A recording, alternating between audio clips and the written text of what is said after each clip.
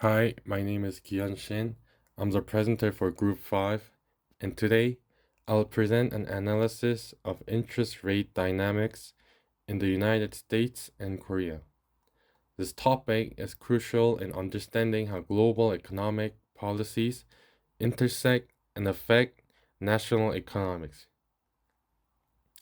In today's presentation, we'll look at how interest rates have evolved historically, the factors that drive their fluctuations, and what happened and what we can expect for the future based on current trends. The goal is not only to provide an overview, but to offer insights into the interplay of global and local factors that influence these policies. This presentation will cover 5 major areas.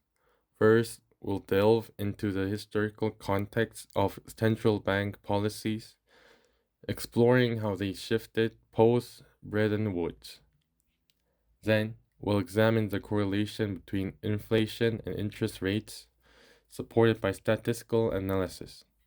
Third, we'll focus on the relationship between US interest rate movements and Korea's interest rate movements depend on their policies, identifying the factors that create these links.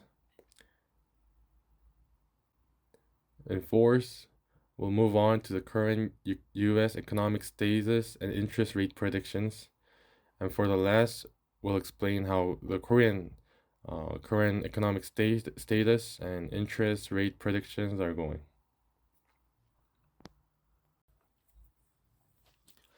First, we'll focus on the historical context. In 1971, President Nixon declared the collapse of the Bretton Woods system, ending the era where money was tied to gold reserves.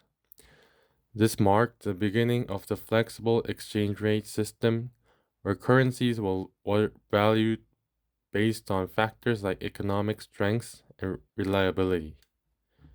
The US dollar emerged as a dominant currency, reinforced by the petrodollar system, which is a strategic agreement with Saudi Arabia to price oil in dollars.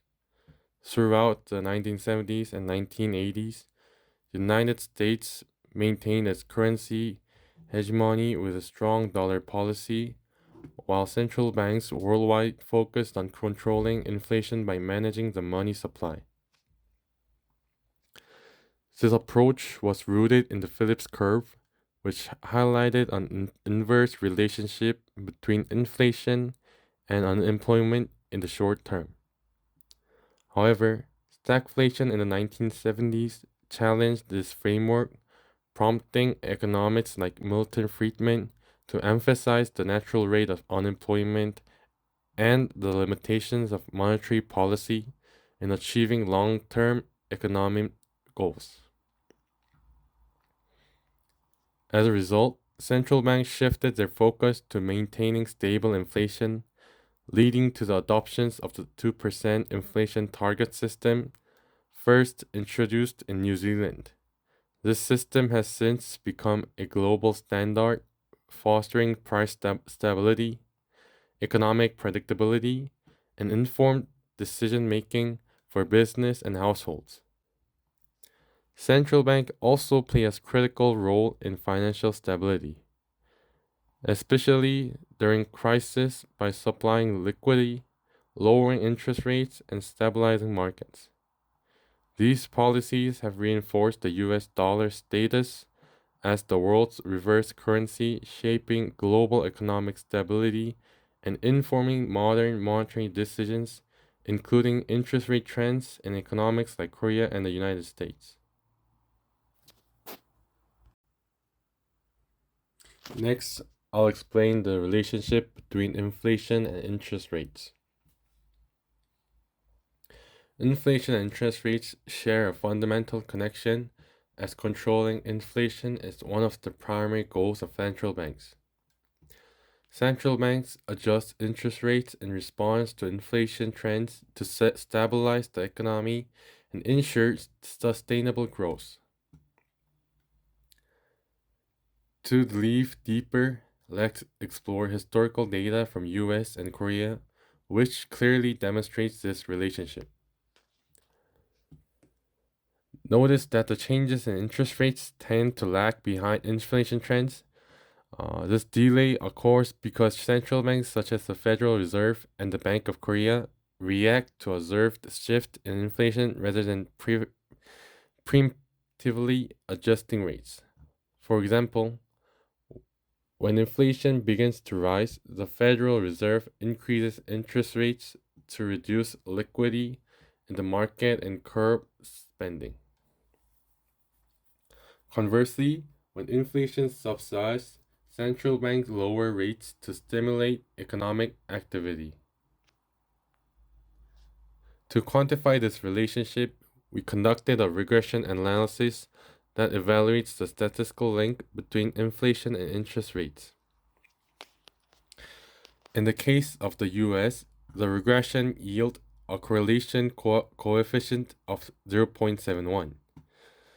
This indicates a strong positive relationship. Essentially, as inflation rises, interest rates tend to increase significantly as well. Furthermore, the R-square value of 0.5 suggests that 50% of the variability in the US interest rates can be explained by changes in inflation. This highlights how deeply central bank policies are tied into inflation trends. The analysis of Korea paints a similar picture. With a correlation coefficient of 0.65, we observe a substantial positive relationship, albeit slightly weaker than in the US. The R-square value for the Korea was approximately 0.43, which indicates that 43% of the variation in the interest rates can be attributed to inflation. This aligns with Korea's policy objective of maintaining price stability through monetary adjustments, such demonstrating consistency in its approach. Now let's reflect on what these results mean. First of all, the strengths of these correlations underscores the centrality of inflation in the monetary policy decisions. While other factors such as economic growth, labor markets, or external shocks also play a role, inflation remains a key determinant in setting interest rates. Second, the slightly lower correlation in Korea compared to the US may reflect the influence of additional factors specific to Korea's economy, which can be such as exchange rate fluctuations or external dependencies. For instance, Korea's reliance on exports introduces complexities that may moderate the direct impact of inflation on interest rate decisions. Finally, the lag in the interest rate adjustments relative to inflation trends is worth nothing. This delay is often due to the central banks waiting for clear evidence of inflationary shift before acting.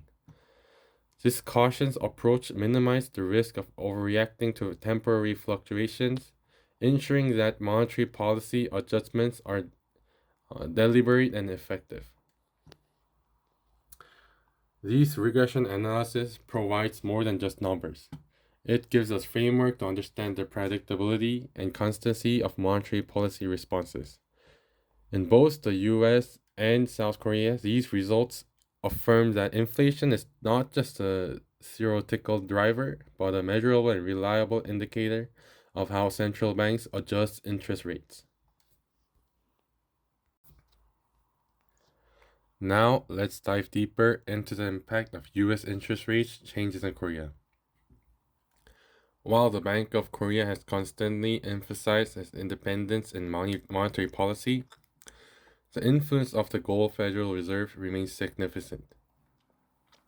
This is largely due to the interconnected nature of the global financial system and Korea's economic reliance on trade and investment flows.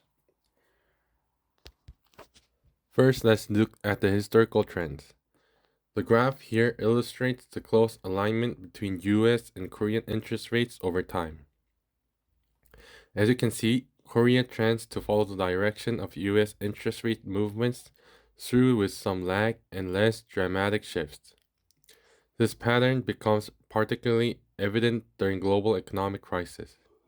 For instance, during the 2008 global financial crisis, sparked by the subprime mortgage collapse, both countries implemented sharp rate cuts to address reduced liquidity and economic slowdown. Similarly, the COVID-19 pandemic in 2020 prompted coordinated rate reductions worldwide as central banks aimed to stabilize the economic uh, amidst massive economic contraction. So then, why does this alignment occur? A key factor is the exchange rate. When US interest rates rise significantly higher than Korea's, the Korean won tends to depreciate against the US dollar. This depreciation increases the cost of imports, particularly essential goods like crude oil and raw materials, which fuels inflation domestically. For example, when the won weakens, Korean consumers and businesses face higher costs for imported goods, placing upward pressure on overall prices. Moreover, a depreciating won can deter foreign investment in Korean assets. Investors seeking higher returns often shift their capital to US markets when the interest rate differential widens. Further, further the exchange rate pressure. To counter these effects, the Bank of Korea often finds itself compelled to adjust its rates, aligning them more closely with US policies to maintain stability. Then let's consider a specific example. The recent period of US rising interest rates as the Federal Reserve implemented aggressive rates hike to combat inflation in 2022 and 2023, Korea faced mounting pressure to follow suit. Despite, despite its relatively weaker inflationary environment, the Bank of Korea had to raise its rates to prevent the won from depreciating further and to curb potential capital outflows. This dynamic underscores the challenges Korea faces in balancing domestic economic needs with external pressures tied to US monetary policy. Another critical aspect to consider is the role of global economic events. During times of financial crisis or global slowdown, such as the 2008 supreme crisis or the COVID-19 pandemic, Korea's alignment with US monetary policy becomes even more pronounced. These events often necessitate coordinated efforts to stabilize global financial markets. In such scenarios, Korea cannot ignore the ripple effects of US policies as they directly impact the country's exchange rate, trade flows, and economic stability. In summary, while the Bank of Korea maintains its official stance on monetary independence, the influence of US interest rate movement is undeniable. The exchange rate dynamics, the risk of capital outflows, and the interconnected nature of global markets all contribute to Korea's tendency to align its policies with those of the Federal Reserve. This interconnectedness highlights the globalized nature of monetary policy and the significant challenges smaller economies face in navigating these dynamics. Then let's move on to the current US economic status and interest rate predictions. The current trend of economic indicators in the US suggests that interest rates will be cut. First of all, the Consumer Price Index is showing a stabilizing trend. As shown in the graph, from December 2023 to May 2024, the average Consumer Price Index growth rate averaged 3.73%, with a variance of 3.87 and a standard deviation of 1.97. On the other hand, from June 2024 to November 2024, the average CPI growth rate is 3.27%, with a variance of 0.27 and a standard deviation of 0.52. As you can see, the growth of the consumer price index has slowed down, and the standard deviation has dropped to the extent of 73.6%. Given that the standard deviation is significantly lower, we can conclude that the likelihood of outliers that deviate significantly from the mean is low.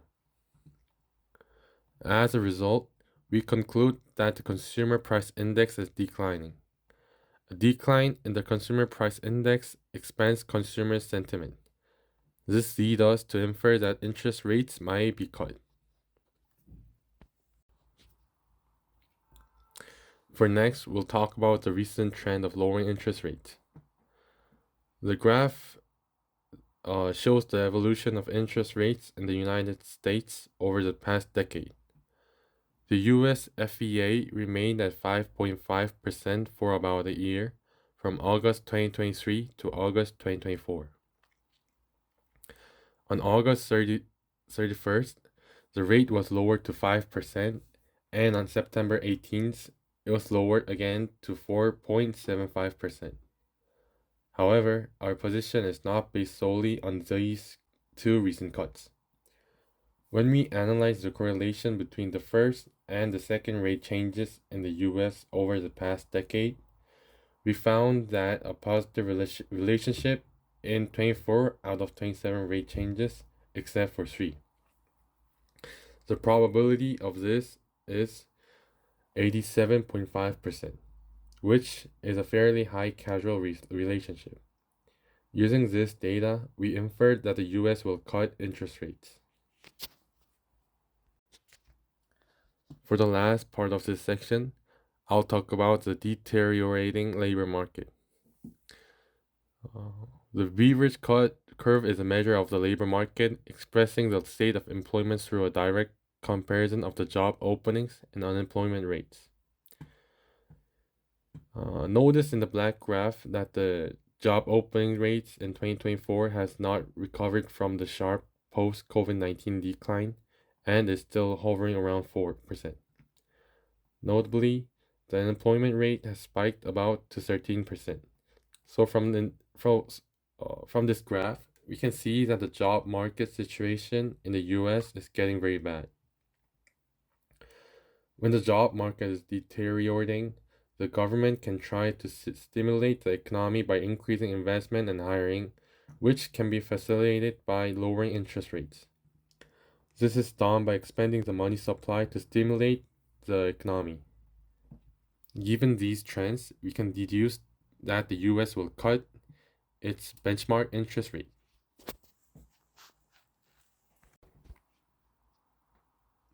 For the last part of our presentation, I'll explain the current Korean economic status and interest rate predictions. Despite the decrease in the US interest rate, we believe that the Korean interest rate is likely to be held. As we have shown in the correlation between US interest rates and Korean interest rates, it seems likely that the Korean interest rate will also decrease. However, the correlation in the interest rate fluctuations between the two countries is not and cannot be the only factor in predicting the Korean interest rate. Another factor that acts as the basis of our prediction is the current Korean economic status. Currently, at the second half of the year, Korea's economic status is not good. According to reports and the graphs shown from KDI, Korean Development Institute, the economic growth rate for the second half of the year has slowed down its pace compared to the first half of the year. It increased only by 0.1% compared to the first half and by just 1.5% year on year. The main factor behind this recession is the struggle of domestic market. In the domestic market, various fields such as the construction investment are showing depression. Passive consumer spending and lower labor participation rate are also considerable factors responsible for the recession. As a way to overcome this economic growth stagnation, the KDI suggests lowering the interest rate. According to an article from Reuters, the KDI believes that high interest rate is the biggest factor behind weak domestic demand and thus hope that the inflation rate will be adjusted soon. Overall, these factors, the decrease in the US inflation rate and Korea's poor economic status, indicates that the Korean interest rate will decrease. However, the recent martial law is also a considerable factor. As the martial law was declared, the USD and Korean dollar exchange rate jumped to 1,441. And as the exchange rate rises, it could lead to an increase in the interest rate. If the exchange rate rises and the value of Korean won decreases, the prices of imported goods such as crude oil and raw materials increase, resulting in inflation. Also, if exchange rate rises, it makes domestic assets less attractive. So the central bank may raise interest rates to prevent foreign capital outflows. Thus, in the rise in exchange rate incurred by recent martial law may offset the decrease in interest rate, which is why we expect the Korean interest rate to hold. That's it for our presentation. This was Group 5 presenting. Thank you for listening.